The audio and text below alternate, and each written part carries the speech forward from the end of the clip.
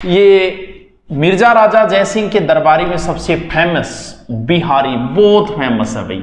बिहारी के बारे में ये रीतिकाल के कवि हैं, इन पे जितनी चर्चा करें उतनी ही कम है। इन्होंने बिहारी ने बिहारी सतसई लिखी थी, बिहारी सतसई बहुत फेमस है। बिहारी सतसई 719 दोहा। तो बिहारी थोड़े रोमांटिक टाइप के कवि थे। बिहारी ने जो कविताएं लिखी बड़ा आनंद आता है बिहारी को पढ़ने। चौबे थे ये, ग्वालियर में इनका जन्म हुआ था 1603 ईस्वी के।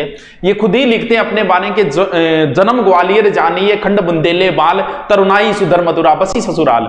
यानी मेरा जन्म ग्वालियर में हुआ, मेरा बचपना जो है वो बालखंड जो है वो मेरे बुंदेलों के अंदर गुजरा था, बुंदेलखंड में गुजरा था। तो बड़े फेमस कवि रहे हैं बिहारी।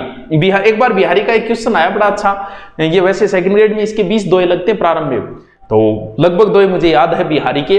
बिहारी ने जो एक बार पूछा कि बिहारी सतसई में बिहारी ने सबसे पहले किस देवता की पूजा की है, तो नया जगह पेपर दे गया, बैठो किया गणेश जी, क्यों सबसे पहले हम गणेश जी पूजा करते हैं। बिहारी ने गणेश जी की नहीं की है। बिहारी के एक दोहे, बिहारी के दोहे ज्यू सतसैया के तीर, देखन में छोटे लगे घाव करे गंभीर। तो बिहारी के सबसे पहले बिहारी ने जो पूजा की है, मेरी भव बाधा हरो राधा नागरी जाई, जातनती झाई पड़े कृष्ण श्यामो हरि दूती हुई। कितना शानदार, यानी ये बंदा कितना एक्सपर्ट है। मेरी भव बाधा हरो राधा नागरी जाई, कि हे राधा मेरी बाधा हरो, मेरी भव बाधा हरो राधा नागरी जाई, जातनती झाई पड़े कृष्ण श्यामो हरि दूती हुई। ये कहते हैं कि मैं जो है ना, मैं पूजा जो है ना वो कृष्ण की नहीं करूंगा, मैं तो पूजा राधा की करूंगा। क्यों? क्योंकि जिस राधा को देख के स्वयं कृष्ण हरा भरा हो जाता है, तो फिर कृष्ण की क्यों करूं, राधा की करूं? क्योंकि राधा जो कहेगी वो कृष्ण को मानना पड़ेगा। वही बात है, भाभी जी जो कहे वो भाई जी को तो माननी पड़ेगी। तो मेरी भव बाधा हरो राधा नागरी। और इन्होंने कृष्ण के लिए भी बहुत अच्छे लिखे हैं कि बतरस लालच लाल की मुरली देई लुकान, सो है करे भों भसे देन कहे नट जाए। ये भगवान कृष्ण की मुरली को जो छुपा देते हैं, कृष्ण का ये उल्हाना भी देते हैं एक दोहे के अंदर कि कृष्ण जी मेरी बात ही नहीं सुनते, नेकी दई अनाकानी फीकी परी गुहारी, तयो मनोतारन बिरहु बारक बारन उतारी। यानी नेकी दई अनाकानी फीकी परी गुहारी के हे कृष्ण जी थे तो मेर का नहीं ध्यान नहीं कौन दो, बेवफाई हो गया थे तो एक बार ही वफा करी कदे, आपने तो सिर्फ एक हाथी को तारा। कहते हैं कि एक हाथी को मगरमच्छ पानी के अंदर ले जा रहा था, तब उसने भगवान कृष्ण को याद किया और भगवान कृष्ण उसको मुक्त करने के लिए, तब कहते हैं नेकी दई अनाकनी फीकी परी गुहारी, तयो मनोतारन बिरहु बारक बारन थारी। कभी एक हाथी नु बारे बिंग बाद में थे तो बारना ही छोड़ दिया, बस वो एक ही असलियो बिंग बाद में ऐसी छोड़ दियो। इनके जो दोहे इनके जो लिखे हैं इन्होंने बिहारी जी ने, उसमें कई जगह तो इन्होंने इतनी अतिशयोक्ति कही है कि जिसमें मतलब आप खुद कहोगे गुरुजी इतनी थी कि गप्पी मारिया करे, इतनी अतिशयोक्ति कि होया ही करे। इति आवत चली जात, इस दोहे का अर्थ बताऊंगा आपको कि इति आवत चली जात, चली 6-7 एक हाथ, चढ़ी हिंडोरा सी रहे लगी उसासनु साप। यानी कहकर नायिका जो है अपने प्रेमी की याद में इतनी पतली हो गई बेचारी का, इत आवती चली उत जावती 6-7 हाथ का, जे सांस मान ले तो 6-7 हाथ गल उठ जा, जे सांस छोड़े 6-7 हाथ आगा जे, यानी हिंडोसी लेन लाग रही है।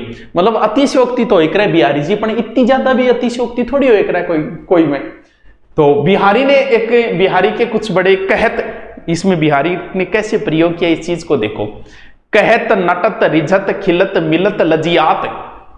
देखो बिहारी का दोहे थारी सौगन मेरा को नहीं है, त्या ना सोचियो गुरुजी शायरा मार ला रहे। बिहारी के दोहे जो मैं कहत नटत रिजत खिलत मिलत लजियात, भरे बोन करत नैन हो सब बात। यानी बिहारी कहता है कि सभा हो रही थी, सभा में नायक और नायिका दोनों आ गई।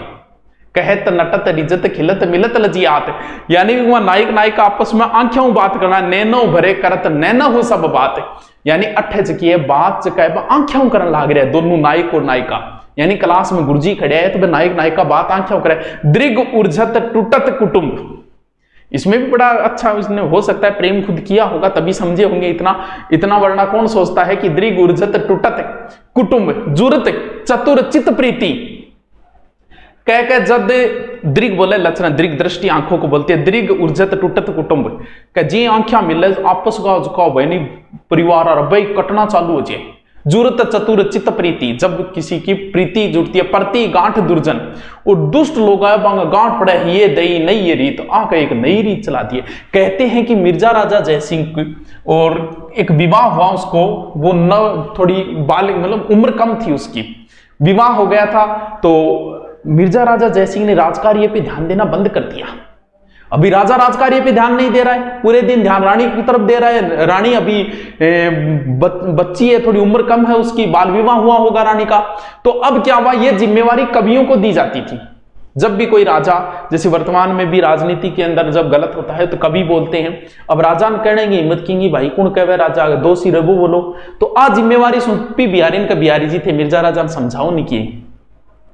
तब मिर्जा राजा ने एक दोहा लिखे भेजा था बिहारी को कि नहीं मधुप नहीं पराग नहीं विकास ही काल, अली कली स्यू बंदे आगे कौन हवाल है।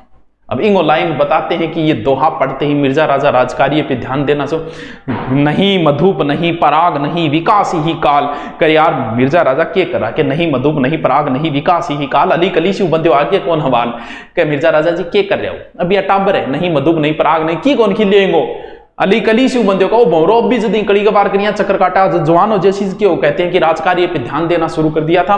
बिहारी के एक एक दोहे पर मिर्जा राजा एक एक सोने की असरफी देता था और इसे काली पहाड़ी की जागीर बीती थी। तो बिहारी जो है वो हिंदी साहित्य के अंदर आप बीए वगैरह करोगे तो वहां बिहारी को पढ़ना पड़ता है। ये जो मैंने दोहे बताई ये पिछली बार तो एमए में आया भी था, कौन सा मेरी भव बाधारो, इसकी व्याख्या करनी आई थी एमए प्रवेश के अंदर आई थी शायद। तो बिहारी बड़े ही फेमस है, कोई बात नहीं, मेरी भव बाधा हरो दाधा जागरी जाई। तो बिहारी के बाद अब पढ़ते हैं इंपॉर्टेंट पार्ट कौन सा है, पुरंदर की सत्ती।